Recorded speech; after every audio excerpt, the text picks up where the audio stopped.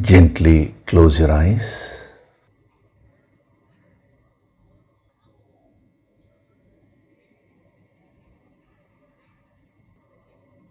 Do deep breathing.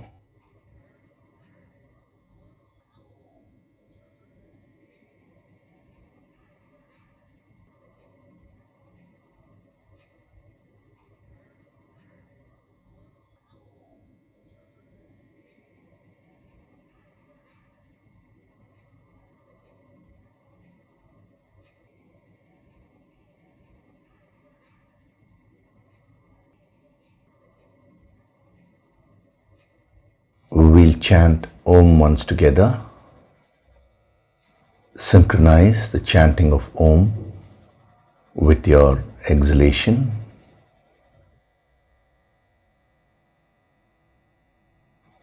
Breathe in.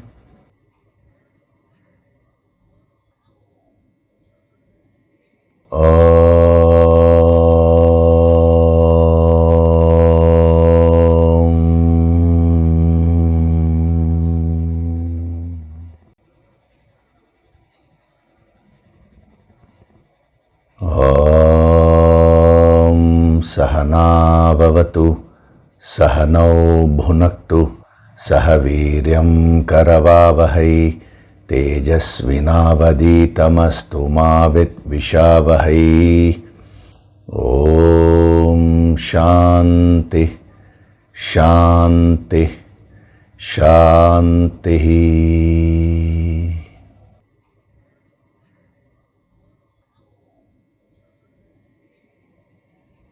Gently open your eyes.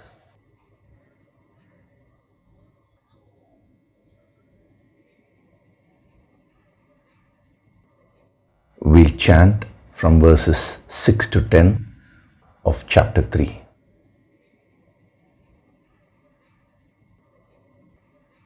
Karmendriyani sanyamya, कर्मेन्द्रियाणि संयम्य ya aste manasa smaran, य आस्ते मनसा स्मरन् indriyartan vimudhatma, इन्द्रियार्थान् विमूढात्मा mithyachara sa uchyate.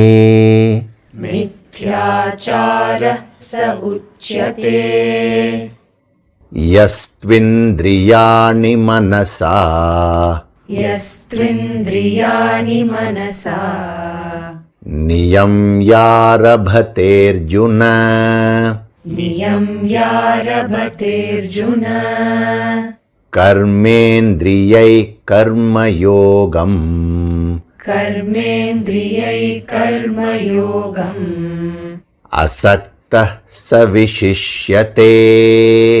असक्तः स विशिष्यते नियतं कुरु कर्म त्वम्, नियतं कुरु कर्म त्वम् कर्मज्यायो ह्यकर्मणः, कर्मज्यायो ह्यकर्मणः शरीरयात्रापि च ते, शरीरयात्रापि च ते न प्रसिद्ध्येद कर्मणः, न प्रसिद्ध्येद कर्मणः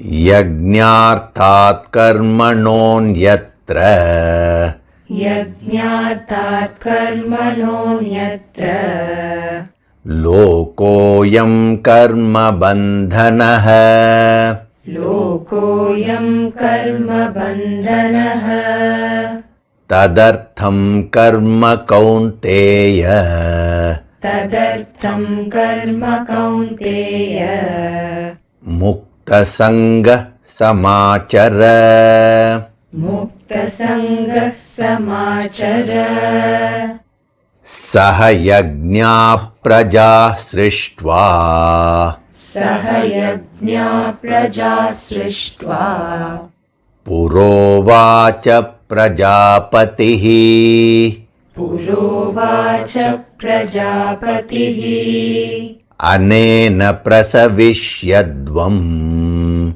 Anena prasavishyadvam Yeshavostvishta kamadhuk Yeshavostvishta kamadhuk.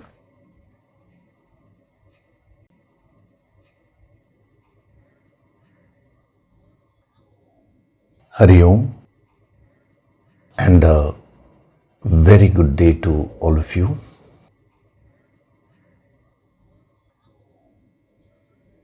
So last week we were seeing about the Jnana Indriyas, the organs of perception, how the world can be divided into 5 types of objects. Those which you can see, those which you can smell, those which you can touch, those which you can taste, and those which you can hear. And correspondingly, a particular organ has been given to you to experience life. Now, many of you would have heard about the organs of action, organs of perception, that is the karma indriyas and jnana indriyas. Either you would have read it or you may have heard elsewhere, or even in the previous sessions you may have heard them. But certain insights which were given last week were very deep. You would have experienced the difference. See, one is to understand something in a generalized way. Now, the other thing is to understand something fully. Only then you can use it or utilize it fully. See, when you don't understand the value of something, then even though you may think you know about it, you really will not know how to use it to get maximum benefits. So if you were to take in life any object, can be either superficially experienced or it can be experienced. I'm using the word experience here. Experience means it may be understanding or feeling or whatever be the nature of the experience, or it can be experienced fully. These are the 2 options. So whenever you get an object, I'm giving you an example. There are many possibilities which are there. That is, how are you going to approach, how are you going to use that particular object? So the first possibility is you acquire something and then you don't use it at all. This is one option. Not using a particular object. For example, you have bought a computer and you don't unpack it also. You don't use it at all. So whenever you don't use an object for a long time, what will happen is the object will get spoiled. It will get rusted, as it were. If you keep a knife and if you don't use it at all, then after a while it starts gathering rust, dirt, and it becomes very scratchy. Supposing you have a car and you don't drive it at all, after many months if you go and switch it on, the battery itself would have gone. You will not be able to even start the car, and the whole thing will be very rusty, very scratchy. This is one possibility, one option we can say. Now I'll first explain this principle, and then we will see the application in our sadhana relevant to this particular verse. The second possibility, second option which you have is that you start using that object which you have acquired, but you use it partially. You don't use it to its full capacity. Why is it that you don't use it fully? Because of lack of information, lack of knowledge. You have a very limited understanding of the utility of that particular object. Like for example, you have a computer, you unpack it and all that and you set it. But then every day you're just merely using it for some minor calculations like what is 2 plus 2, or some certain groceries you're buying, and so just to match those things. Very, very limited usage. And you're thinking the computer is meant for that. Now anybody who knows about the computer will tell you, you really don't know what you're having in front of you. You're very happy. You say, no, this is very useful. But what they'll tell you is, no, the potential is immense. You're not really using it to its full potential. Now, you will not be able to understand what the other person is saying. Then slowly that person educates you. What are the different parts of the computer and what are the different ways which you can use that. And at every step when the knowledge is unfolded, it will be very interesting for you. You will be amazed. So this is the second option, a partial utilization of the object. Then the third option is utilizing or using that object to its full capacity.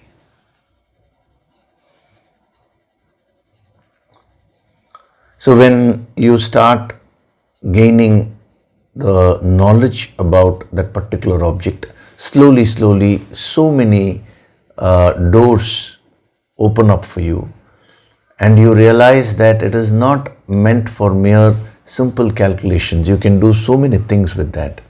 If you want, you can convert it into a TV and you can watch your favorite programs. You can connect to anyone in any part of the world. You can access libraries. You can do so many things with that. The possibilities are endless. So all those things are now possible because you have started gaining an in-depth knowledge of the computer. So that is when you are truly you're using the computer to its potential. You started the process, and then that process is an endless one. This is the third option. Now, these are with respect to a quantitative usage. But when it comes to the qualitative usage, you get 3 more options. Once you start using that particular object, whether it's partial or whether it is full usage, you can use that object for negative purposes, for destructive purposes. This is the fourth possibility. Either to cause harm to others or to oneself. You may ask me, sir, who would want to harm himself or herself? Many times you don't know what is good for you. You don't have the clarity to project into the future and see the consequences of the action which you're doing in the present. So without knowing the consequences, you pick up so many things which are actually harmful to you in the long run. So you can use that object for destructive purposes to create more negativity. The fifth possibility is you can use that object to create a lot of positivity for positive purposes. You can make the life of others wonderful. You can make your life so wonderful. You can increase the enjoyment factor using that same object. When I say enjoyment factor in your life and the life of others, we gently think, I should enjoy, but others should suffer. Now, if you have that kind of attitude, what will happen is ultimately the energy which you are generating through your thoughts, the negative energy, when it comes to thinking about others, will slowly start filling up your life also. So you will also lose your peace of mind. So remember that. So these are the 5 possibilities. Now there is a 6th one also, which is what our yogis did a lot of research about. That is the option of using something for the divine purpose. So one is negative, the other is positive, but both are still a part of the world. But then to utilize an object to go beyond the world, to reach the infinite, to divinize that experience. That is the 6th option which you have. Now, what is interesting is, you have all these 6 options in front of you. You can either not use it at all, which is a waste of the opportunity. You can use it partially. You can use it fully. You can use it for negative purposes. You can use it for positive purposes. And you can use it for your spiritual upliftment also. These are the 6 options which, as a human being, you have been given. This is with respect to any object in the world, any kind of experience. Now, what is very interesting is, just as you have various objects in the world, you're also having so many equipments as a part of your personality. So you should first ask yourself, who am I? Who is this person? Now, from the highest standpoint, you are nothing but the infinite divinity. Now, we are not talking about that now. The whole exercise is to merge with the infinite only.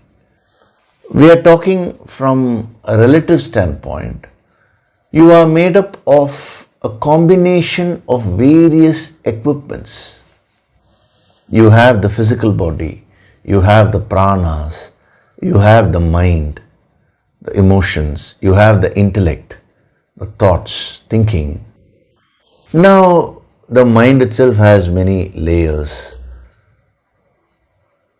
So what are all these aspects of your personality? Each one is a very sophisticated equipment.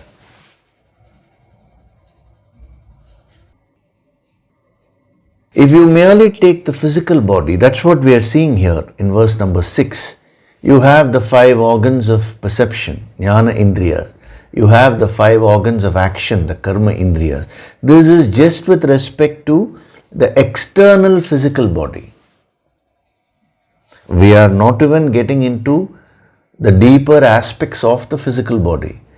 You know, in that course which we did, the empowerment course, the Kaya Tattva. The Kaya Tattva is nothing but the exploration of the physical body in its entirety, going right up to the organs, tissues, cells, atoms, subatomic particles, doing the meditation, the inner meditation, to experience your body fully and set right whatever imbalances are there so that you become very healthy. See, the 22-day empowerment program gives you tremendous energy. But then when you keep on practicing that on a regular basis, that is when you gain mastery over these principles. Then you have the pranic body. We have done the prana tattva level 1. Those two, the kaya tattva and the prana tattva level 1 are available online. So you can do it any number of times you want. Every time will take you will take you more deep and elevate your awareness. It will elevate your spiritual consciousness. Then in future, when we do the higher levels of prana tattva, the second, third level and all that, we will be exploring the pranic body in greater depth. Then you have the mind. The mind has so many layers. You are only aware of the conscious aspect of the mind, the conscious layer of the mind. The mind itself is of 2 types, the emotional mind and the logical mind. The emotional mind is your emotions, your feelings and all that. The logical mind is the intellect. But what you need to understand is this equipment which is being given to you has many layers of subtlety.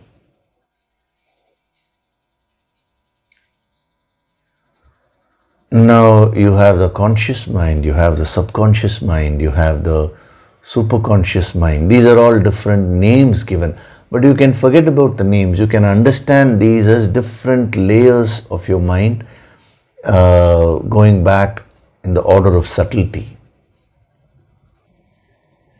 Both the emotional mind and the intellect. So such wonderful equipments have been given to you to experience the world. Now, how effectively are you using these equipments today? That is the question.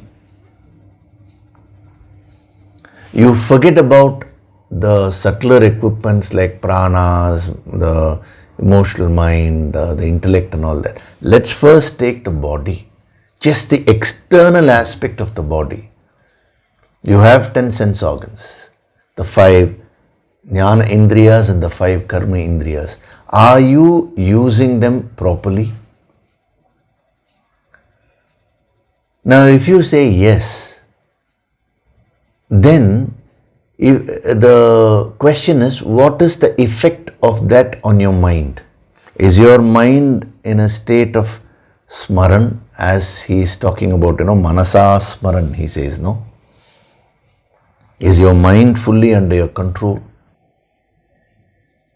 If your mind is at perfect peace, if it's fully under your control, which means you've actually become a sthita prajna, then you can claim that you're using these equipments properly.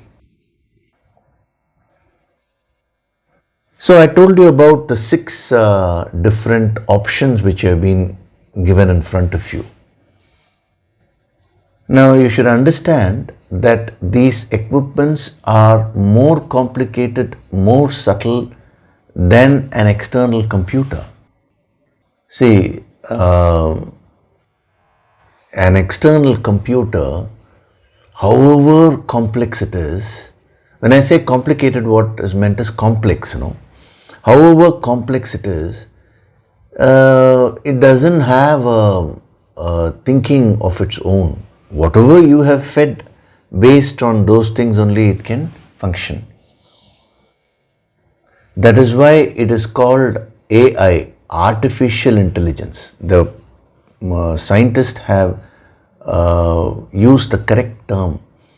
It is intelligence, but don't confuse it with natural intelligence. It is artificial intelligence that can only help you up to a point.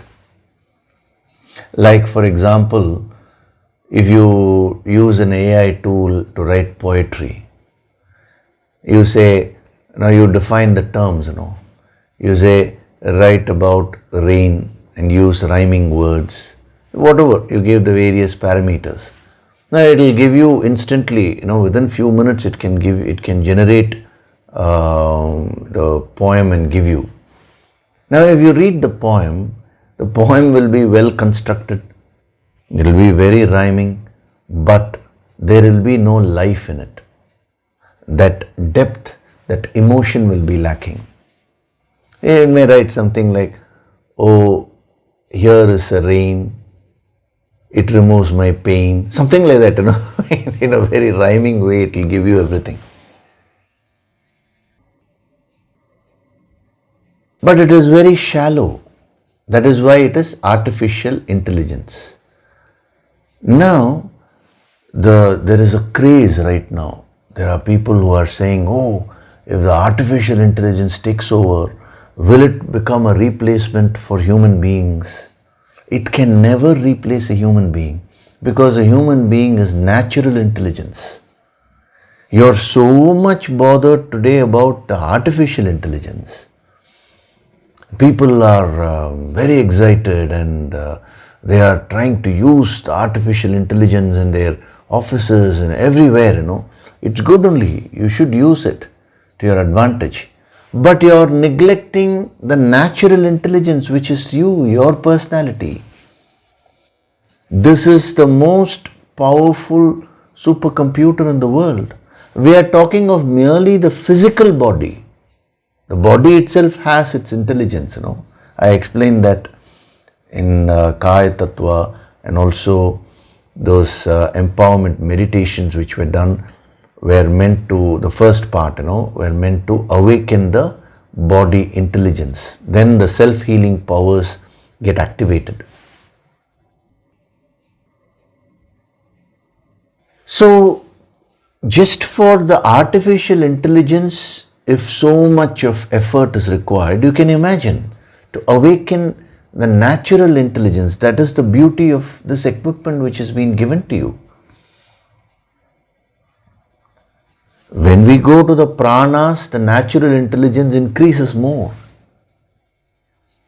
When you go to the mind, the possibilities become endless. The natural intelligence is tremendous. When you keep on going within you, finally you hit at the infinite natural intelligence that is called Chit. Chit means intelligence, awareness. When it is conditioned consciousness. When it is deconditioned, it becomes free. Then it is infinite intelligence, which is what a common person calls as God.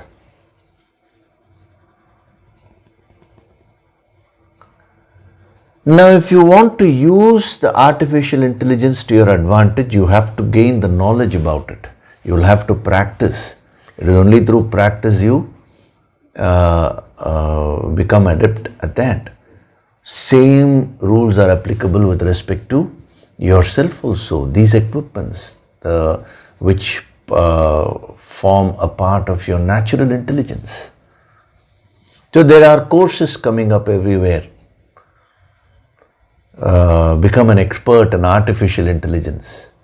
Now what we are doing every Sunday is to become experts in natural intelligence. Like AI, we should have a terminology, NI, natural intelligence. That is what this ancient wisdom is all about. So you have these 6 options in front of you. First option is you may not use it at all. That is what we were seeing, restraining the organs of action. That will cause suppression. What will be the effect? I told you, things will get rusted, it will start gathering dirt, the battery will go off if you don't use a car for a while, any instrument. So if you don't use something for a long time, it loses its power. So similarly, when you don't use your organs of action, then what will happen? If he is talking from a spiritual point of view, it will cause a lot of suppression within you and it will start spoiling your mind. Manasa Smaran will start. The beautiful equipments which have been given to you will all start getting rusted. Then that is a waste of an opportunity. Remember, the 6 options which I told you, it is only a human being who has all these 6 options. An animal does not have. No other creature actually has all these options. Their lives are programmed, pre-programmed. They just live their lives according to what the previous programming is. It is only a human being who has all these choices, the choice of action. So you should first understand the value of what has been given to you, this human body, this human birth. So first option is not using something that will get rusted. Half of your faculties, or I would say 90% of your equipments are not used at all. When it comes to the physical body itself, we are talking of organs of action, you're not using them properly or you're not using them at all. Now when it comes to pranas, you don't activate the pranas at all. In the pranavayu, the prana tattva level 1, it is about activating the grosser form of pranas, the pranavayus. That itself, you all were saying that it was so powerful, and many sadhaks who have done it several times, you keep saying every time you do it, the power keeps increasing. Now imagine when we go and activate the higher pranas, the power will increase tremendously. Then when it comes to the mind, 90% of your mind is unused. It is only the conscious mind which is being used, and that too partially. When I say mind, I mean both the emotional mind and the intellect. So the equipments are not being used at all. 90% they are not being used. Then comes the second option. You use it but merely partially. So you start becoming more focused in life. You start becoming more active. But you don't use your equipments fully, a partial usage. Now the benefits which you will get will be very limited. That is why last week I had covered the different dimensions of artha when we came to indriyarthan. No? What are these objects meant for? So many dimensions we saw. No? They mean objects. It also artha means aim. Artha means a wish. It means desire. Artha also means meaning. Are you learning from your experiences? See, how are you using your jnana indriyas, the 5 organs of perception, to their fullest potential? The answer is no. Very, very limited usage.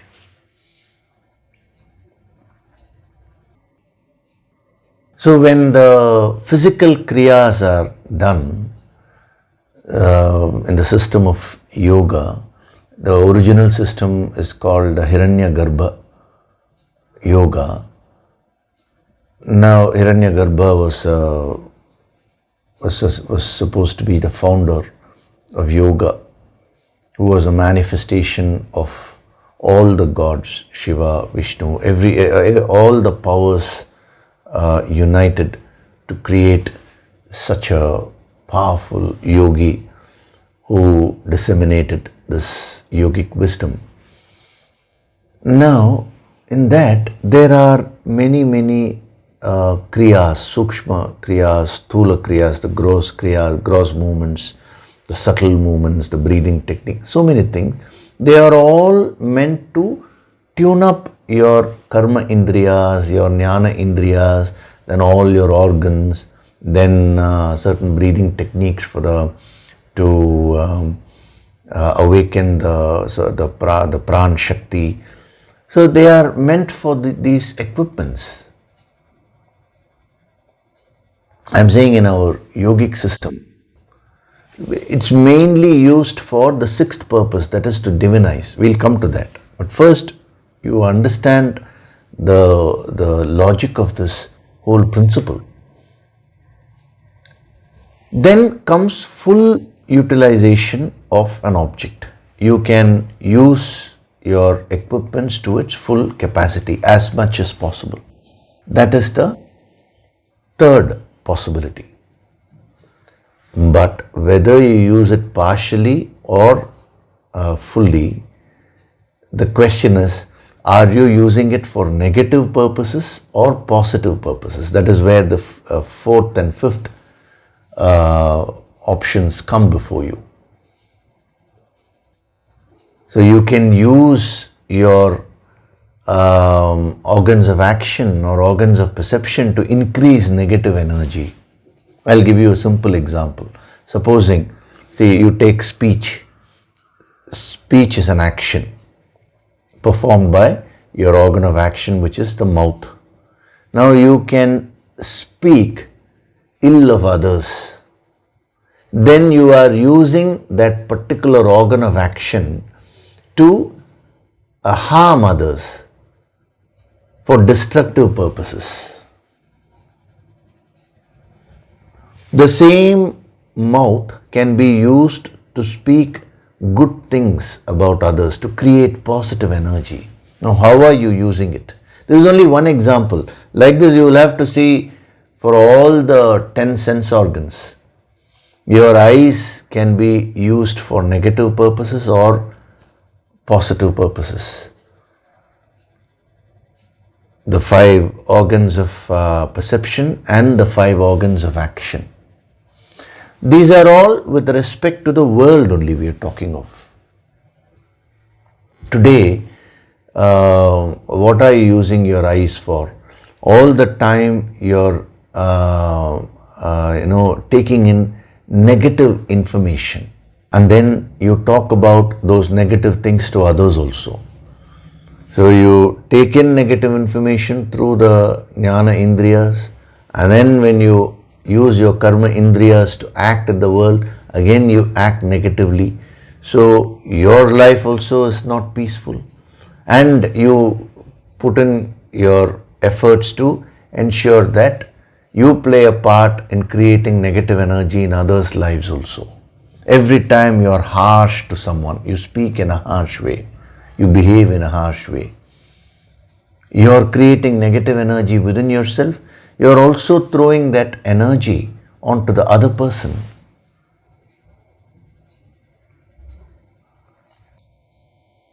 So right now, we'll stick to the karma indriyas and jnana indriyas.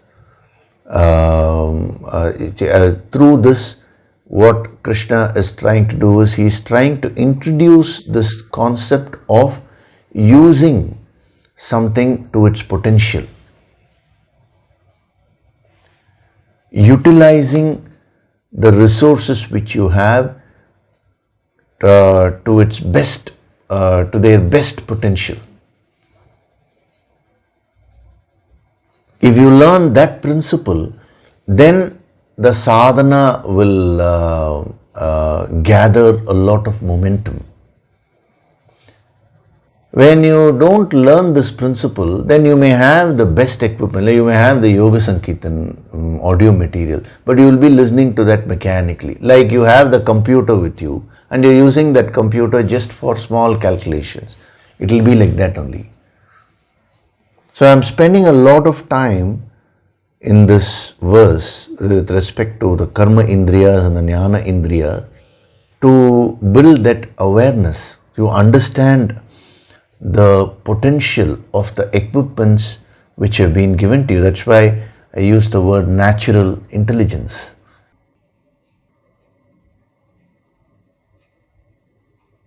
So even in the world, are you utilizing these to experience positive things? It is a big question mark. How do you know? Again, go to that phrase, manasa smaran. Is your mind running helter-skelter? Yes means you're not using your equipments properly in the positive way. Now, then comes the sixth option, which is what actually he is dealing with here. The sixth option is using something for your spiritual upliftment. So this human body is there. You can use it to enjoy positive things in life, that is also required. Or you can use it to create negative things in life, which is not at all desirable, but yet that option is there. Or you can use these equipments to expand your consciousness, to elevate yourself spiritually and become one with the infinite. That choice is there for you as a human being.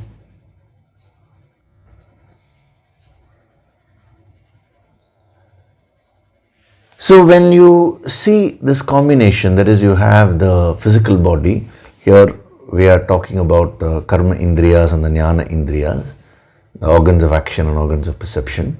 Then you have the pranas, then you have the mind, the emotions, then you have the thinking, the thoughts. Now all these are being used by you every moment. If you are acting, it's a combination of your thinking, emotions, pranas, the physical body, everything together. If you're feeling, again, it is, all the equipments together only give you the experiences of life. The nature of experiences may vary. The emphasis may be on one particular aspect, but all the equipments have to function in a coordinated way.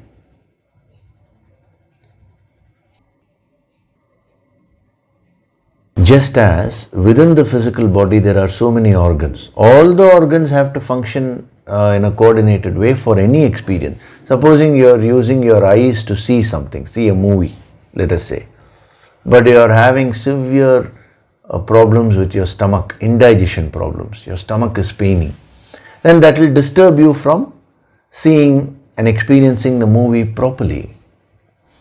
So every aspect of your body will, that is every organ, there has to coordinate with the rest of the organs in order to give you, in order to help you to gain a complete experience.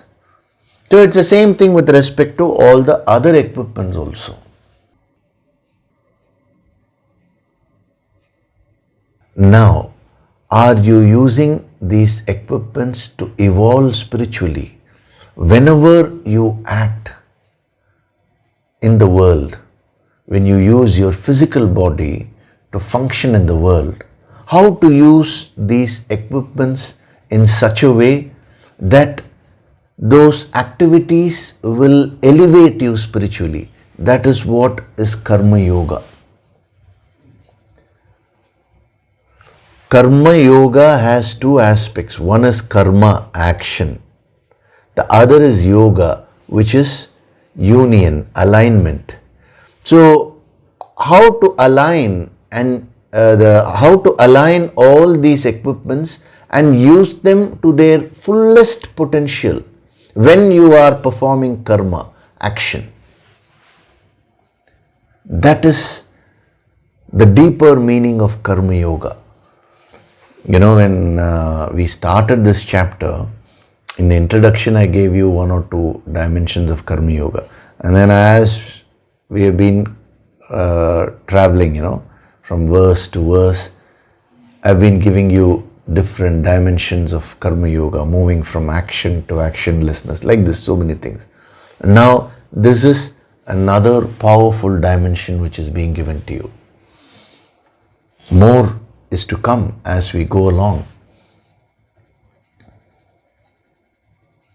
So every time you use your physical body to function in the world, how do you utilize that experience to awaken your the infinite consciousness from within you? That process is called karma yoga. Today, your equipments are not aligned. They are not used to their fullest potential. But it is not enough if you merely use the equipments to their fullest potential. You will have to use it for positive purposes and then for the divine purpose. In our Puranas, 3 categories of beings are described. The first is the Rakshasas and Asuras. I'm clubbing both of them together. They are the demons. Then you have the Devas, gods. And then you have the supreme gods, like you have Lord Vishnu, Lord Narayana. Then you have Shiva, Ganapati, Muruga. You have goddesses like Lakshmi, Parvati. So the various Shaktis. They are all the supreme most gods, we can say. What is the difference? When you understand this principle, it becomes very easy to understand that. All of them are basically utilizing the equipments fully. When a person does not utilize these equipments, then he is not even become a human being fully. But when you start utilizing these equipments fully, that is when your potential starts getting manifest. If you utilize these equipments fully for negative purposes, you are called a demon, a Rakshasa or an Asura, depending upon the extent to which the negativity is there. So if you read the Puranas, what do the Rakshasas and Asuras do? They keep on increasing their negative energy, and they keep creating problems for others also.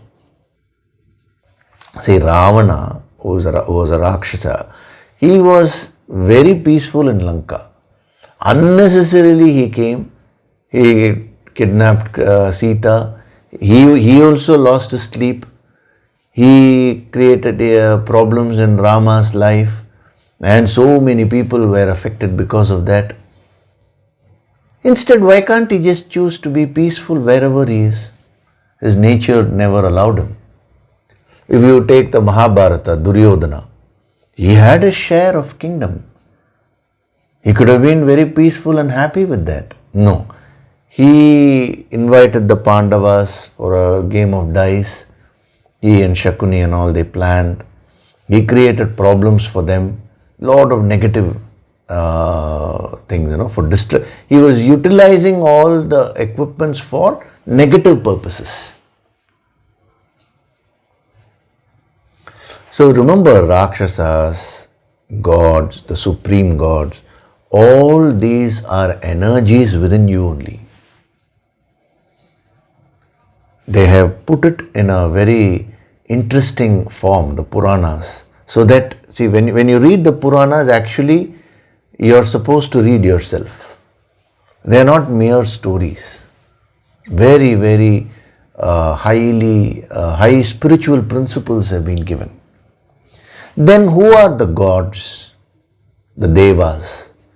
They are people who utilize the equipments fully, but for positive purposes. Positive means they enjoy things in life. That's why you find in the Puranas it is written that the devas are always in heaven. Why are they in heaven? Because they are enjoying things. But then they don't really realize the spiritual potential. They stagnate there. This is the next possibility, the devas, the gods. But then the third aspect, the supreme most gods, they are the direct manifestations of the infinite. The same equipments are used to become one with the divine as an expression of the infinite. They were all direct manifestations of the infinite. Whether you take Lord Narayana or Lord Shiva, Lord Ganesha, Lord Muruga, Shaktis, direct manifestations of the infinite. The same equipments are being fully used, but not merely for negative purpose, definitely not for negative purposes, not merely for worldly positive purposes. That is also included, but these equipments are used to manifest their divine nature fully. So now, remember, all these three energies are running within you. You have a demonic aspect. You have the energy of devas also within you. You have the energy of the supreme gods also within you. The divine nature. Now, how are you going to use these equipments? First of all, you have to start using them. Then only these options, these three possibilities come. Or assuming you started using your equipments properly, now if you use these for negative purpose, if you start thinking negatively, if you start thinking destructively, if you start acting and speaking destructively, negatively, if you start perceiving negative things, then slowly you are actually fanning the demonic energy within you. Demons live in hell. That is how it is written, no? What is hell? Hell is nothing but a place where you go through suffering. So when you encourage or fan these aspects within you, now your life will become like hell. Now, if you start utilizing these equipments for positive purposes, to enjoy your life, to do good to yourself and to others, then you are fanning the energy of devas within you. You will not reach the infinite, but at least at the finite level, you will lead a very positive life. You will be useful to yourself and to society. You will also be happy. You will make others' lives also happy. But it's only relative happiness, but still that is better than a negative life, no? Actually, this is how you can grow. First, you need to start utilizing your equipments fully. That comes only through this ancient wisdom. By gaining this ancient wisdom, you end up doing the sadhana, your equipments become very much tuned. Then you will have, the moment you start using these equipments, you will start getting a lot of powers. Inner powers will start getting activated. Immediately the tendency will be to use them for negative purposes. You will have to fight that tendency and start using your inner powers to create more positive things for yourself and for others. And then as you progress, you can use the same equipments for divine for divine purposes. You can use them to manifest the infinite divinity within you. Then you become a divine being, the supreme God. The Yoga Sankirtan sadhana is designed to take you through this part and make you 100% divine. When you keep on absorbing the energy of the infinite on a daily basis through sadhana, it is only a question of time. See, we are using powerful sound vibrations. That is the science of Yoga Sankirtan. Now, why are we using those sound vibrations? To tap the celestial divine powers. When you are exposed to those vibrations on a daily basis, it is a question of time. You will start manifesting divinity. First it will happen partially, then slowly your tejas, spiritual tejas will go on increasing till you become 100% divine. So, whenever you are acting in the world, when you manifest divinity, how to manifest divinity, that is Karma Yoga. When you are feeling, how to manifest divinity, that is Bhakti Yoga. When you are thinking, how to think in a divine way, how do you manifest divinity through your thoughts, that is Jnana Yoga. Karma Yoga is a path. Karma Yoga can also be taken as a goal. Yoga is a path. And then when you get fully united also, that state is also called yoga only.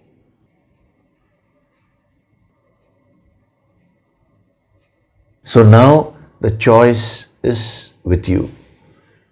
The more you go deep into this, through the yogic approach, we are going into real depth. The more you get into this, the more you will begin to realize the potential which you are having. The natural intelligence, these equipments have been given to you. By creating the artificial intelligence, they are talking about artificial intelligence ruling the world. Now imagine when you tap the natural intelligence fully, you can achieve anything which you want. That is why you have to be careful.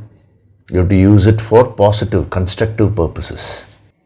It's very interesting, if you read the Puranas, the demons also do sadhana, tapas, austerity. They meditate and they gain powers.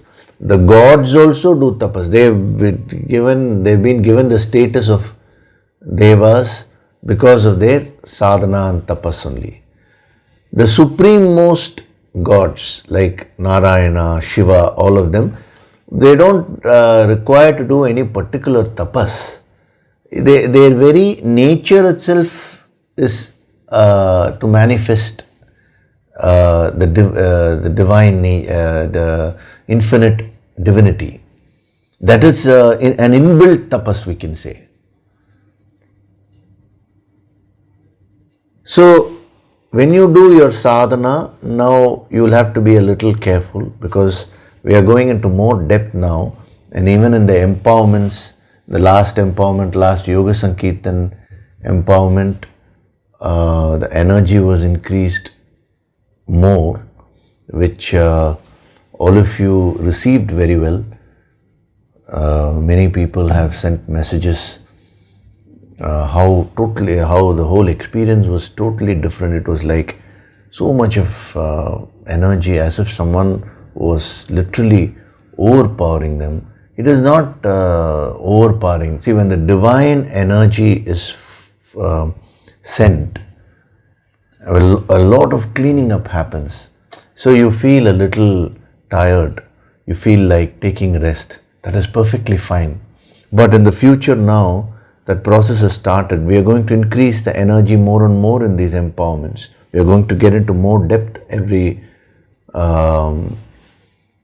Sunday in these sessions. So your sadhana will also start deepening. This is when you need to be a little careful, because if you use them for negative purposes, then the demonic nature will be fanned. So always remember, use them for positive purposes in the world and use them for elevating yourself spiritually. That is the first purpose, the real purpose. And then since you are functioning in the world, you might as well create positive energy. You can create a wonderful life for yourself. In the good old days, the rishis used to test a student fully, and only when they were ready for it, when they knew that they will not misuse it, they used to expose them to the higher sadhana. We are practicing the same method only. Why? Year after year, I'm introducing this, I'm increasing the energy little by little. Someone asked me, sir, why can't all the high levels of yoga, so 12 levels are there, all the 12 levels at one go, if you can teach one full year, full empowerments. Now it cannot be done that way. First of all, you will not be able to take that energy, and secondly, whatever energy you absorb also, without purification, it's a very dangerous thing. Very, very carefully these are being designed.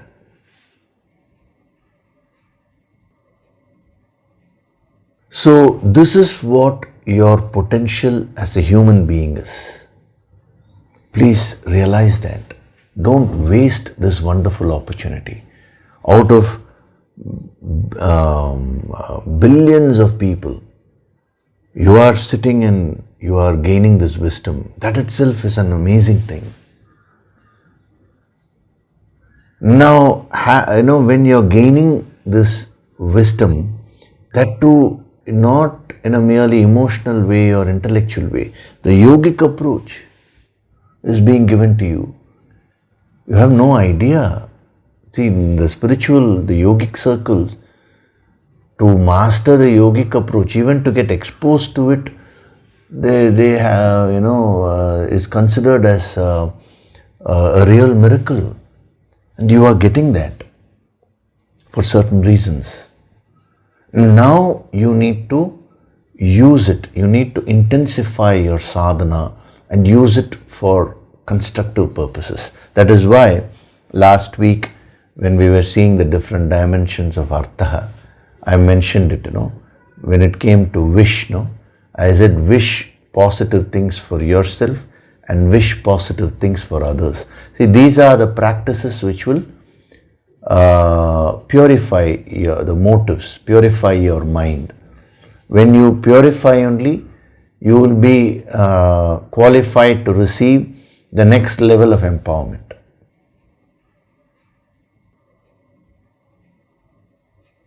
It is a combination of giving this wisdom and making you do the regular usual sadhana, which will all purify you, and then during the empowerment, giving a real blast and raising your consciousness. It is that combination which will take a student towards the infinite. Any one also, if you miss out, then your progress will become very slow. So the different dimensions of artha we saw, no? It's not the world. See, one is to consider the world as mere objects, but so much of meaning is there. Every experience can teach you something. You can learn something at the worldly level. You can also learn the spiritual lessons. It is all up to you. But when you go through life mechanically without even knowing the powers of these equipments, what are these equipments? Why have they been given to you? There is no time to think about all this. In the education system, none of these are taught today. You are only learning about something which happened in the past. Some king did something that you're learning. You're learning about so many aspects of the world, but You're not learning about this natural intelligence.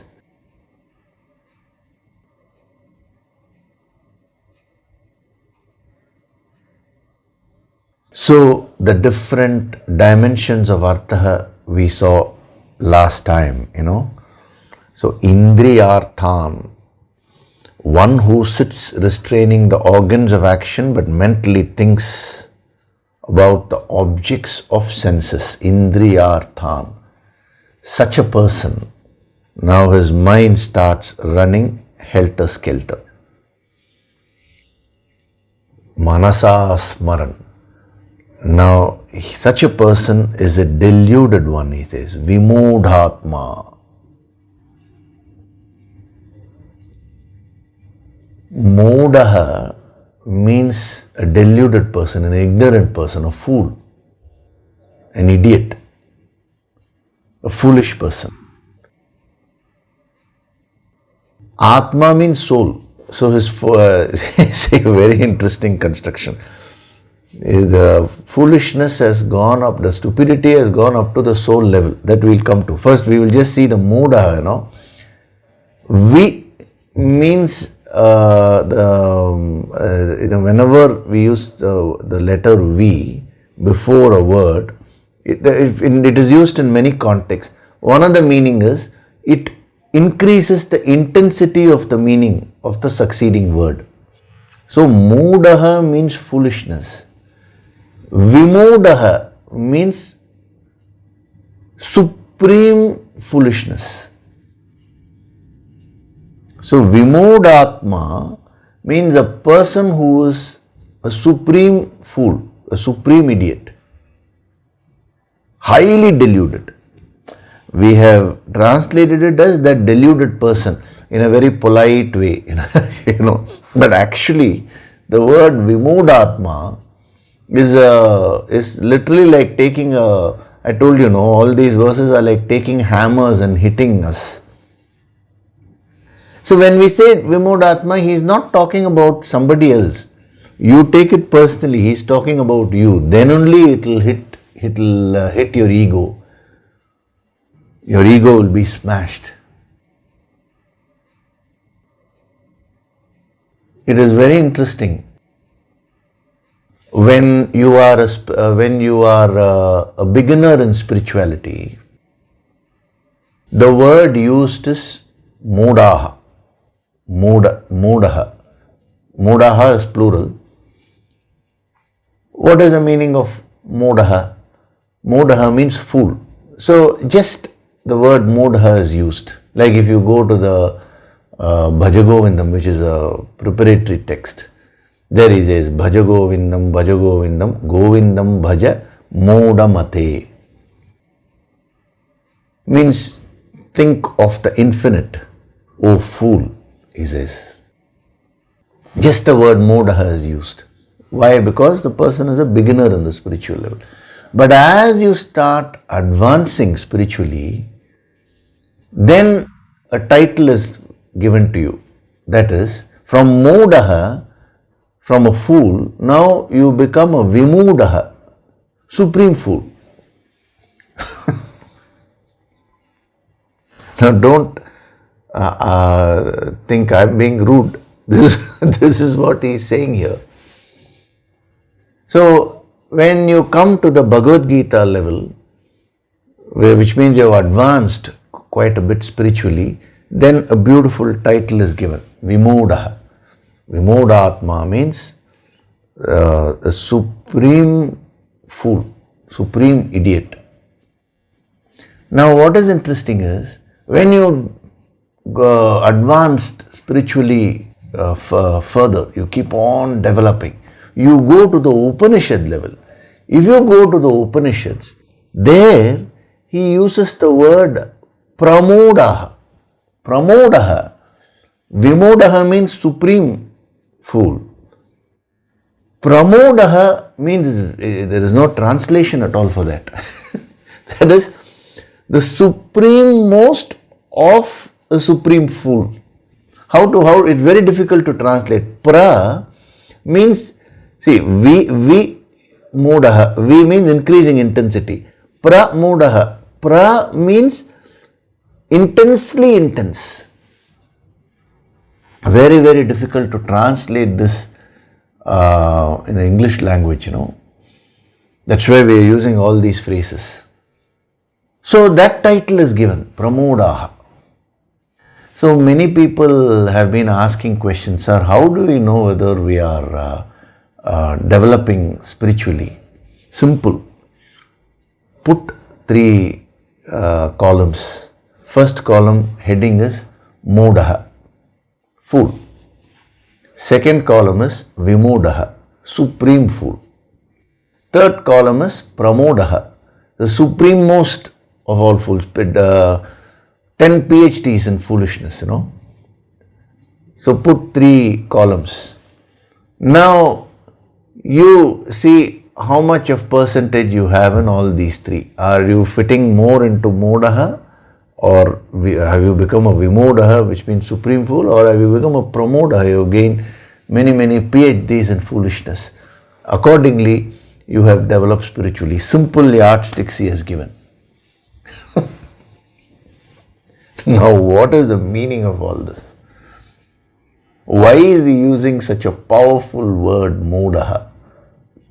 When you understand the deeper meaning, you will be so inspired. Jokes apart, see, the whole sadhana should be full of fun. That is why I was saying, as you progress, you are given a title. But incidentally, these words are used. See, first of all, the thought that I am growing spiritually, I have become more advanced, that itself is an ego boost. Deliberately they are using the word Modaha and qualifying it as a person advances, to break that ego. See, when you are not doing any sadhana, your ego is only at the worldly level. You may acquire a few things, you may get a little bit of wealth, you may get a little bit of name and fame. You have an ego. Oh, I'm wealthy, I'm famous and all that. Now that is okay. But when you come to spirituality, if you start developing spiritual ego, that becomes very difficult to handle. Because when you have worldly ego, at least your feeling is I'm worldly. So there is always a chance of taking guidance. But spiritual ego means getting into the feeling that I am spiritual. Then you will not take guidance also. That is why the masters say that spiritual ego is more deadly than worldly ego. See, ego is one only. Ego with respect to worldly achievements is what they are calling as worldly ego.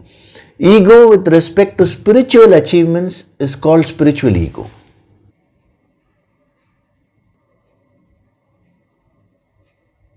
So when you are a beginner in spirituality, your spiritual powers are not yet awakened. So they use the word Modaha, which means you are ignorant and you are trying to progress. But as you grow spiritually, when your powers start getting awakened, that is when the danger is there. The ego can take over. The moment the ego takes over, now you will start fanning the demonic nature within you. One has to be very, very careful. I told you, all the demons, they also perform sadhana. They do meditation. They gain a lot of powers. But their egos took over. They fell for the trap. That is the spiritual ego. Now, how do you break the spiritual ego? So, before the spiritual ego comes itself, he uses the word Vimudatma, Vimudaha. So, when you go into more depth and using the yogic approach, when you are exposed to this phrase, Vimudaha, now all your ego gets pulverized. Oh, I was thinking I'm growing spiritually. Now here Krishna says, Vimudaha, one hammer, hit from the hammer. He has hit our egos. You become very humble. Then in a humble way you go on doing your sadhana. Now more powers get manifest. You're nearing the infinite. You're nearing liberation, which means lot of powers. There also the ego is waiting. More danger is also there of the ego taking over. So at that stage, to humble a student, he uses the word pramodaha. Pramodaha means a big hit on the ego. All these so-called achievements spiritually are nothing when compared to the infinite. So the word modaha, vimodaha, pramodaha in succession, they are used as you grow by the masters, is to get you into that feeling, to get a student, a sadhak, into a humble state. What are these powers when compared to that infinite supreme reality? God alone is supreme. Anything less than that, the so-called siddhis, the supernatural powers, all these things are limited powers only. So when you grow spiritually, the siddhis all will get awakened. Your spiritual powers will get awakened. The ashtasiddhis, the navanidhis, riddhis, all these things, you must have heard of those terminologies. All these will start getting awakened. Now we have the Ganapati Dhyana has also been introduced, no? So the powers will increase more.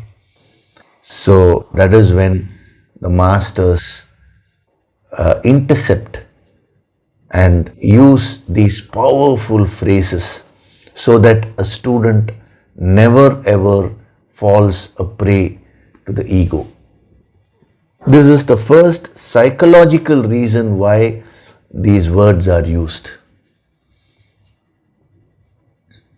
Otherwise, just imagine, the masters have infinite love for everyone. Why would they use such harsh words and call everybody as fools, idiots and all that? No way. They have unconditional love. But sometimes, a bitter medicine works well for malaria. Similarly, the ego has to be tackled in a tough way only. There is no other way. You can't really pamper and do all that at this stage. So this is the psychological reason why modaha, vimodaha and pramodaha, 3 words are used. Here we are seeing vimodaha. In the Upanishads, they use the word pramodaha. Now, in the next session, I will also give you the deeper direct sadhana message through which they are trying to convey through these words, modaha, vimodaha and pramodaha. It will be very interesting. First of all, the psychological message you should get, and when you absorb that energy, that will make you a very powerful sadhak, because the power of a sadhak is in his or her humility. Remember that.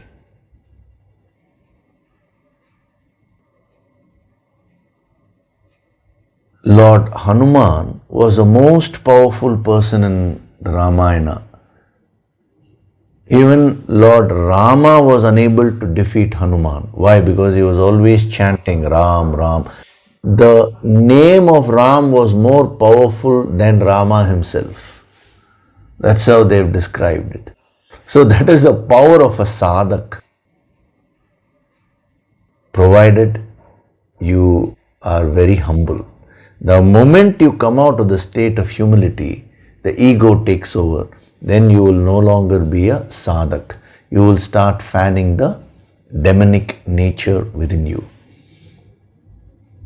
So, amazingly, he uses the word vimodhatma. Just that word vimodhatma the energy of that word is enough to pulverize all the ego, any ego which we have, and we'll become very, very humble. So Lord Krishna, being a Jagat Guru, achieves that by using this word. If you're not using the yogic approach, you will just pass by. Rather, you will think that deluded person, oh, you will think of somebody else only.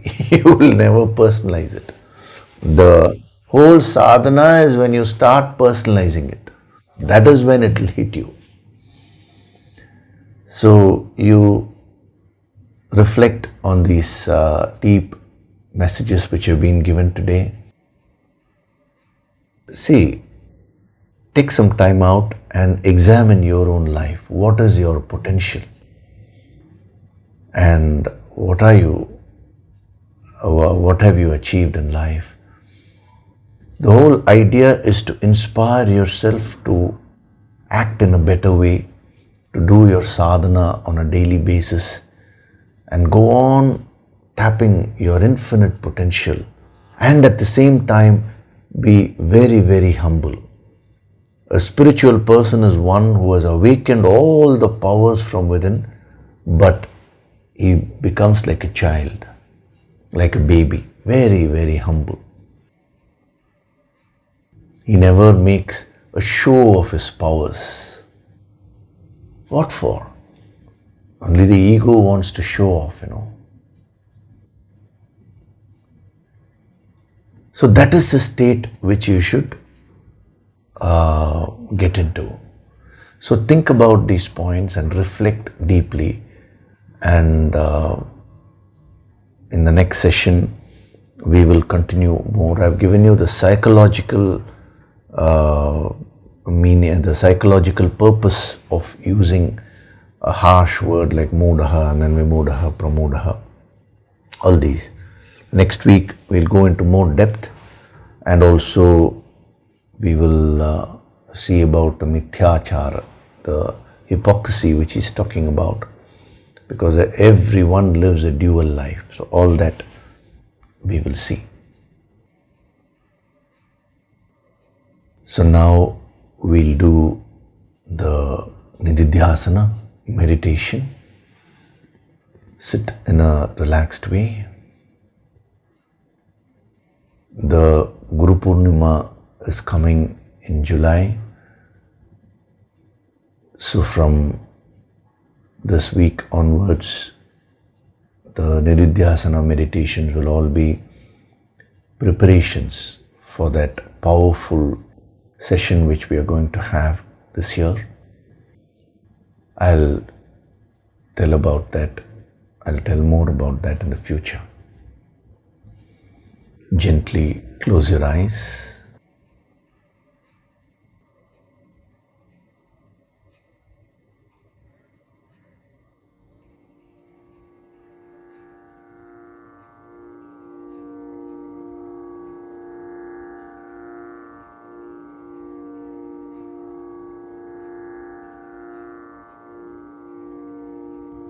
Do deep breathing.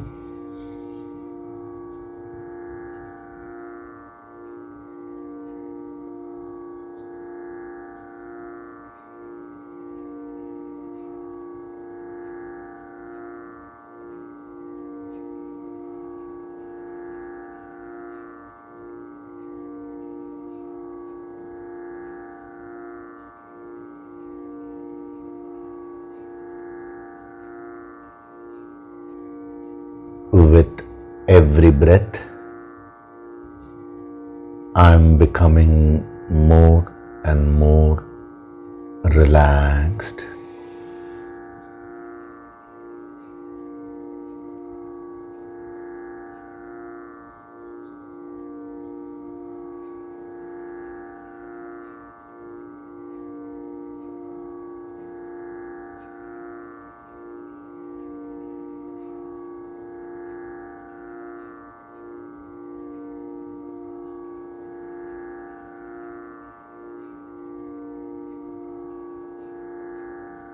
Feel the divine vibrations.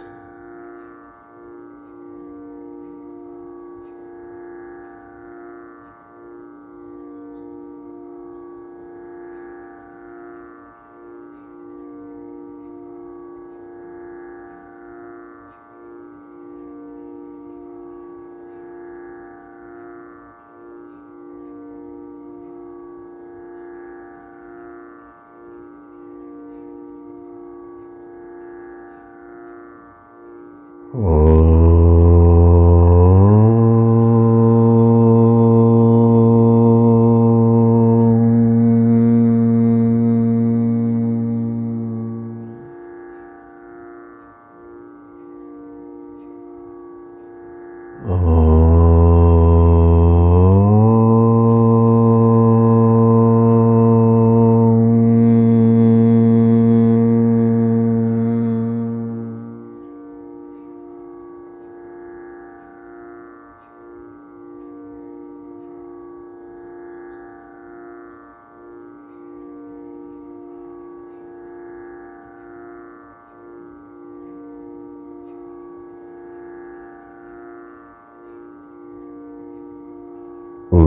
every breath, I am going deeper and deeper into myself.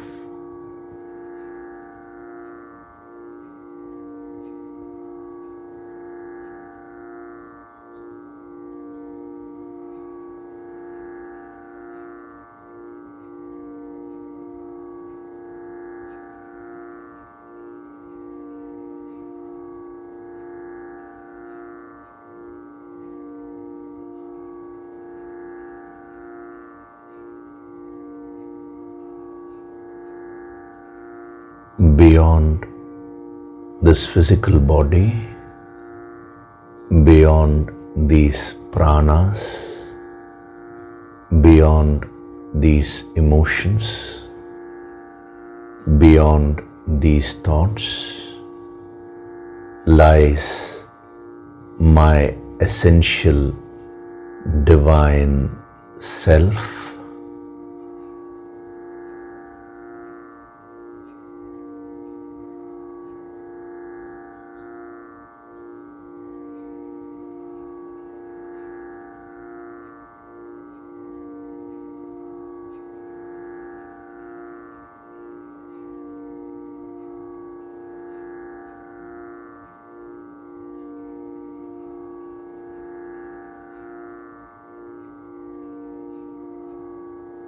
I attune my consciousness to that infinite reality.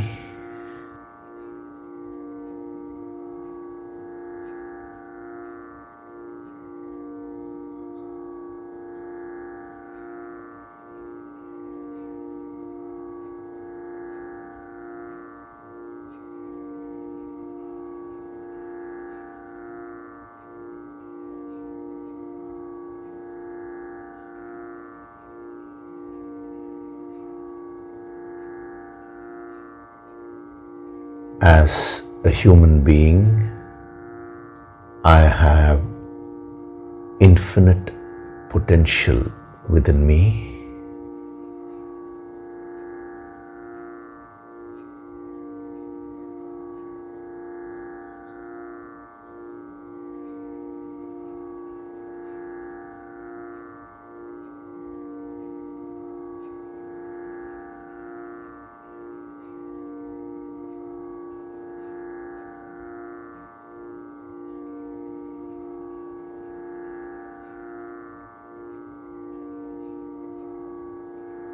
I am Swayam Prakashit, self-illuminating.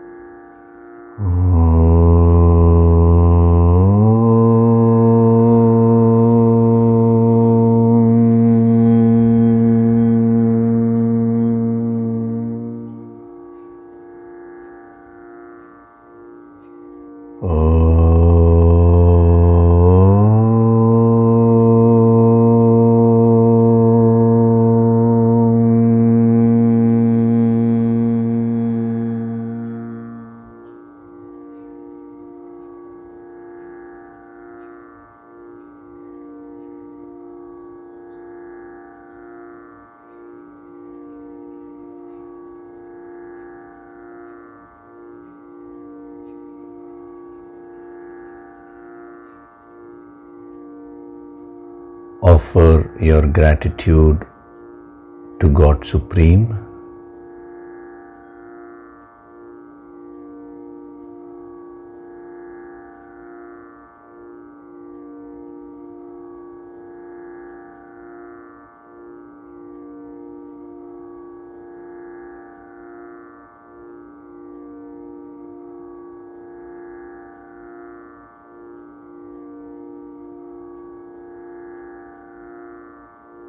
Offer your gratitude to your Guru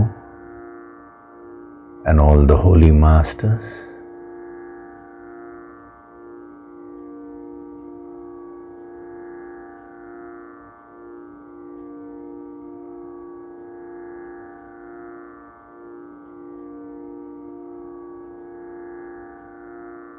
Slowly come back. Wriggle your fingers, your toes. Rub your palms together to create a warmth.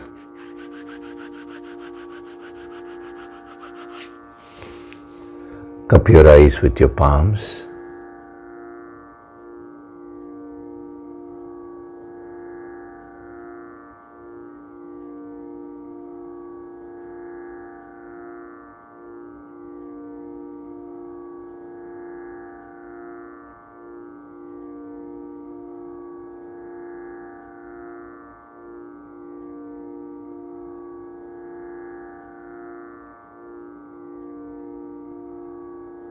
Gently rub your eyes, your cheeks, forehead, top of the head, back of the head and neck. Slowly open your eyes.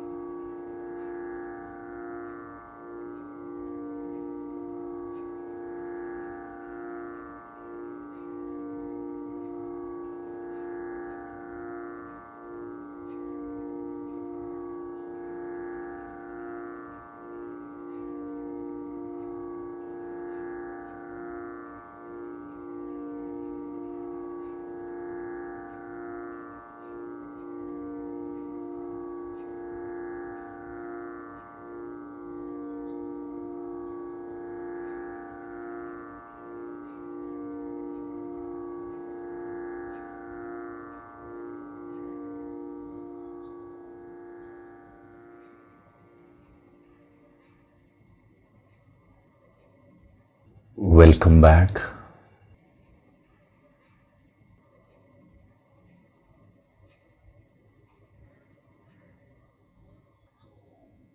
So today we had a wonderful session. As I told you, when you reflect on this now, it will increase the depth in your life tremendously, because only when you start understanding the deep, the infinite potential which you have in a deep way, your life will become meaningful.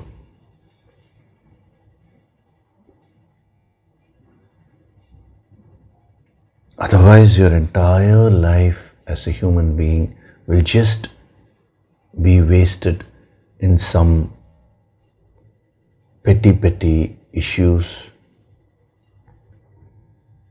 silly quarrels, and just being satisfied with some small achievements here and there.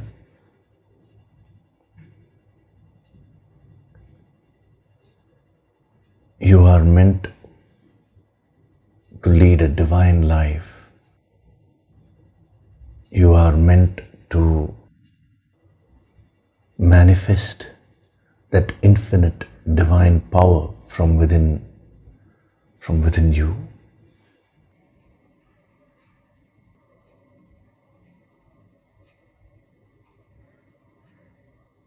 So reflect and absorb these principles. We'll continue further next week. So thank you very much. Hari Om.